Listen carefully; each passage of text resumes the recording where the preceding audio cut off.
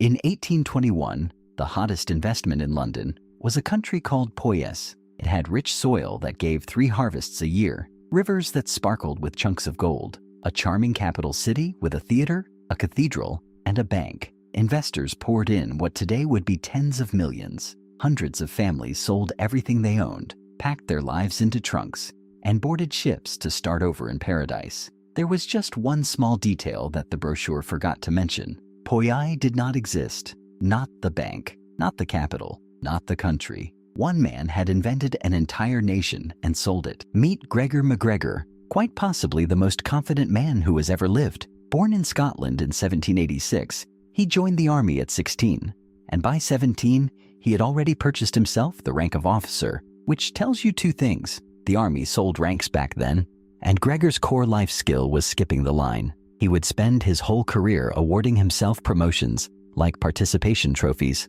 captain, colonel, general, Sir Gregor, His Highness. None of these were fully earned.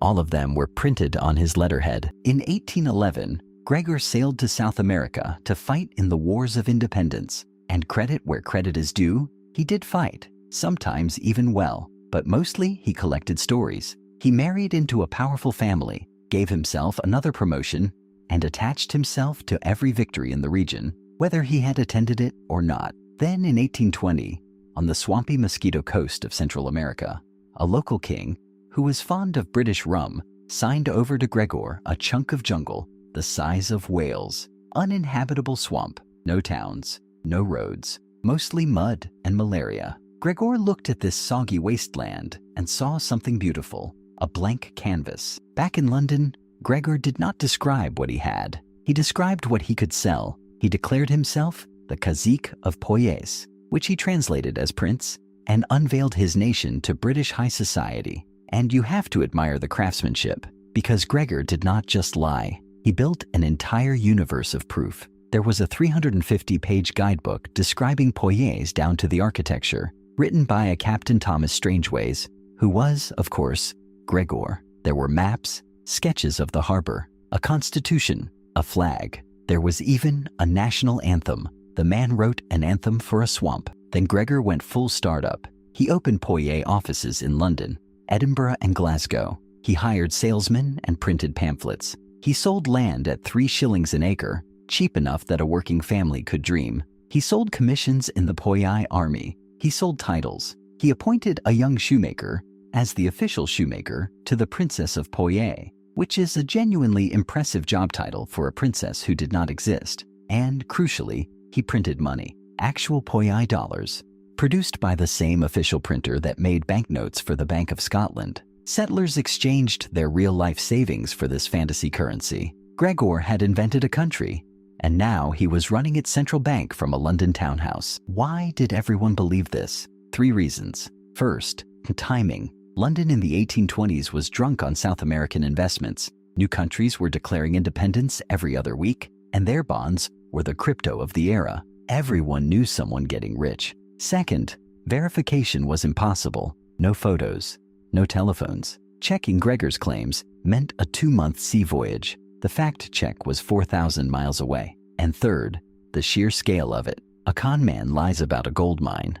Nobody, people reasoned, would be insane enough to invent an entire country with an anthem and a shoemaker. The lie was too big to be a lie, which is exactly why it worked. The scam went institutional. In 1823, Gregor floated a Poyais government loan on the London market worth £200,000, tens of millions in today's money. Real bankers underwrote it. Real investors bought the bonds of a fictional government. Poyais paper traded in the City of London, right alongside the debt of actual existing countries. And for a while, nobody could tell the difference. And honestly, why would they? There was an office, there was a book, there was a prince with excellent posture, and a uniform full of medals. Money flowed in, and Gregor moved his family into a country estate, as one does. But selling paper was not enough. To keep the story alive, Poyais needed settlers. And this is where the scam stops being funny. In September 1822, the ship Honduras Packet left London with about 50 emigrants, doctors, craftsmen, a banker, families with children. In January 1823, a second ship, the Kennersley Castle, sailed from Scotland with about 200 more. Gregor personally waved them off. The passengers cheered him. They carried chests of tools, letters of appointment, signed by the cazique himself, and trunks full of freshly printed Poyais dollars. They were sailing, they believed, to the city of St. Joseph, the sparkling capital they had seen in the book. 2 months of ocean lay ahead. Paradise was on the other side. The Honduras packet reached the Mosquito Coast and began searching for the harbor of St. Joseph. They sailed up. They sailed down. There was no harbor. There was no city. There was no dock, no field, no road, not one single building. There was jungle, swamp, and silence. The settlers stood on a wild beach, surrounded by everything they owned, and reached the only conclusion that made sense to them. They must be in the wrong place. So they set up camp and waited for someone from Poyais to come find them. They were standing in Poyais. All of it. This was the whole thing. Then the second ship arrived with 200 more people, and hope turned into arithmetic. 250 settlers. No shelter, no supplies designed for a swamp. The rainy season came down on them like a verdict. Then malaria. Then yellow fever. The man appointed royal shoemaker to a princess who did not exist took his own life. Some tried to sail a small boat for help and drowned. By the time a passing schooner from British Honduras stumbled on the camp and began evacuations, the colony of Poyais was a graveyard. Of the roughly 250 people who sailed, more than 180 died. Fewer than 50 ever saw Britain again. Now, what happens to Gregor when the survivors get home and tell everyone the promised land was an empty swamp? Here is what should happen. Prison? Forever. Here is what actually happened. Nothing. First, the London papers ran the story, and Gregor calmly blamed everyone else. The ship captains, the settlers themselves, too lazy for paradise, his agents, who had betrayed the noble cazique. And here is the part that breaks people's brains. Several survivors defended him. Men who had buried their families in that swamp signed statements insisting the Prince of Poyais had been let down by his staff. That is not loyalty. That is how deep a good story digs into a human mind. So with London getting uncomfortable, Gregor did what any reasonable inventor of nations would do. He moved to Paris and ran the exact same scam again. Same country, same title, new investors. He upgraded the paperwork, drafted a fancy constitution, and floated a new Poyais loan, this time for £300,000. It took French authorities noticing that people were requesting passports to a country no atlas had ever heard of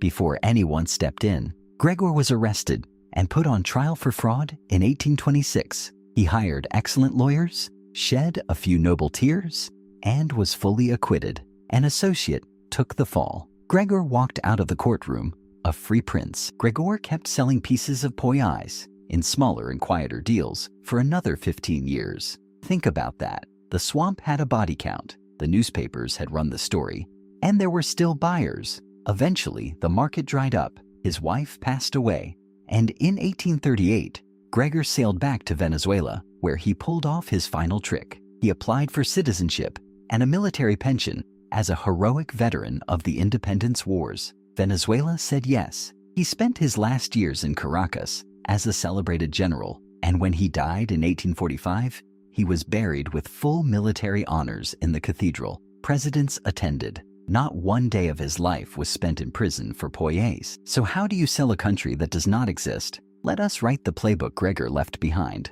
Step 1. Do not sell a product, sell a new life. Nobody bought acres, they bought escapes. Step 2. Manufacture proof. Books, maps, offices, uniforms.